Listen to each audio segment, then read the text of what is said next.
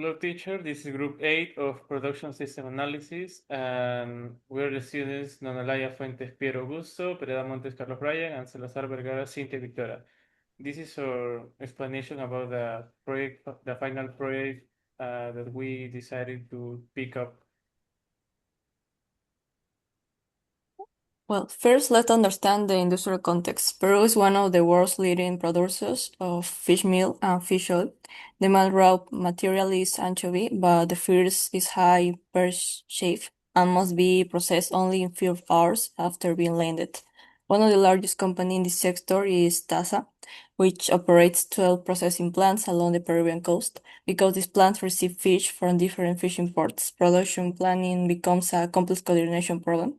In addition, production is affected by several external factors, including government fishing quotas, seasonal fishing periods, climate events such as El Niño, and the daily variability of the fish landings.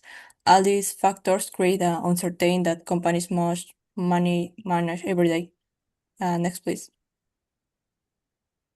Well, the main problem addresses is that the project is the allocation of the fresh anchovy among multiple processing plants under the uncertain conditions. Every day, the amount of fishing arriving at each port is unpredictable.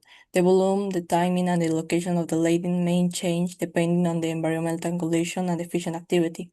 Since anchovy deteriorates very quickly, companies must decide immediately which processing plant should receive each batch. However, every processing plant has operational limitations such as processing capacity, storage space, labor availability, and transportation constraints. Therefore, the key decision is determining that the best location strategy that maximizes the production will minimize the quality loss and the unprocessed raw material. Next, please. Well, to develop our model, we use reliable secondary information from official institutions and industrial reports. Our main data processes include Produce, which provides fishing quotas and seasonal regulations, INMARPE, which monitors anchovy biomass and environmental conditions, TASA's sustainability reports, which provide information about plants' capacities, and the organizations such as INEI and Info, which offer industrial statistics and the global marketing information. To simplify the model while keeping it realistic, we established several assumptions. We assume that each plant has fixed processing capacity, that is, fish meal conversions yield remains constant, that the fresh anchovy is processed immediately after the arrival, that transportation times are known, and that government fishing quotas must always be respected. These assumptions allow us to compare different production planning strategies under the realistic supply certain. Next, please. Well, in this section, I will explain the quantitative methodology used in our project. As shown in this slide, our model is based on a multi-plan allocation framework. The main idea is to assign daily anchovy landings from different fishing ports to available processing plants. The two main decisions variables are as shows the X, which are the tons assigned from port to plant under scenario S, and U, which is the tons not processed under scenario S. As we can see in the framework, the process starts in the input, anchovy landings. Then comes the decisions of allocation of ports to plants. After we get the constraints, analyzing the capacity, transport time, freshness limits, and the output, processed foods and unprocessed tons. After done all this, we come across the metrics utilization and the idle capacity. Finally, the output is evaluated through operational metrics such as the one discussed here. The policies, scenarios, and performance metrics. Well, in this slide, we summarize the three main components used to evaluate the methodology: allocation, policy, supply scenarios, and performance metrics. First, as shown in the policies sections, which is the first one, is the nearest plant assignment, which is when each port sends its anchovy landings to the closest processing plant. This is the simplest baseline of the plants. And the second policy is load balancing assignment. In this case, the model distributes raw material according to available plant capacity. This helps improve utilization across the network and reduces the risk of having some plants overloaded while others remain idle.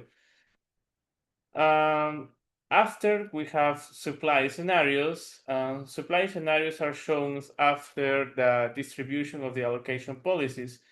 This distribution between these parts of the analysis, the comparison allows us to identify which allocation strategy performs better under uncertain supply conditions, as shown before in the previous analysis.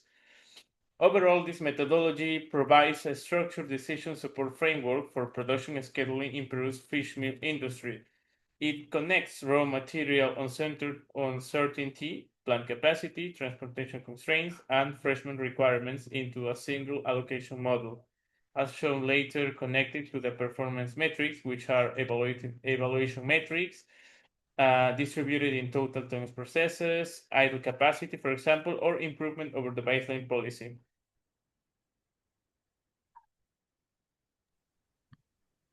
Okay, the analysis and results. For our analysis, we evaluate three allocations policies under three different supply scenarios. In total, the model considered 5,900 tons of anchovy landings and 7,200 tons of accumulated processing capacity. The three policies were nearest plan, load balancing, and freshness priority.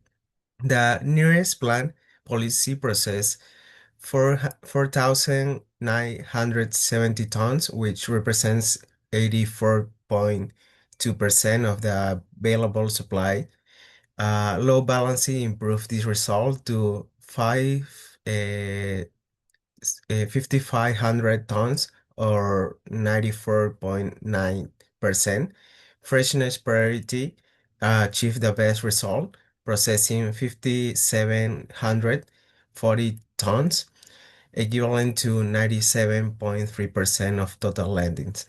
This policy also reduced unprocessed material from 930 tons under the nearest plan policy to only 160 tons, that is an 82.8% reduction in losses.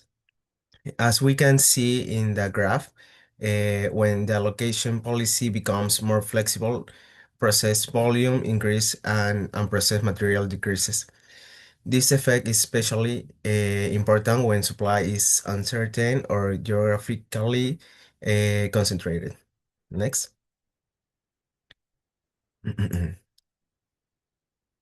Next, please. Okay, thank you. Operationally, the results show that sending every batch to the closest plant is not always the best decision. The nearest plant policy is simple, but it can create local overload when several landings arrive in the same area. In that situation, nearby plants become saturated while other plants still have unused capacity. Low balancing improves performance because it treats plants' capacity as a shared network resource. Freshness priority adds another important factor, perishability. It gives priority to the batches with the greater deterioration risk, which explains why it's achieved the highest total processed volume. Under a low catch condition, however, optimization cannot create more supply management. Management must instead reduce exposure. Next. Okay. The conclusions and recommendation. In conclusion, the result confirmed that rigid assignment loses value because it can generate local overload and unnecessary raw material losses. Both flexible policies perform better than the baseline, but freshness priority was the strongest option. It processed 5,740 tons, reduced unprocessed material to 160 tons, and achieve the highest percent of available supply process. And the recommendation is to implement a freshness priority allocation rule supported by network wide capacity information. Next. Well, thank you.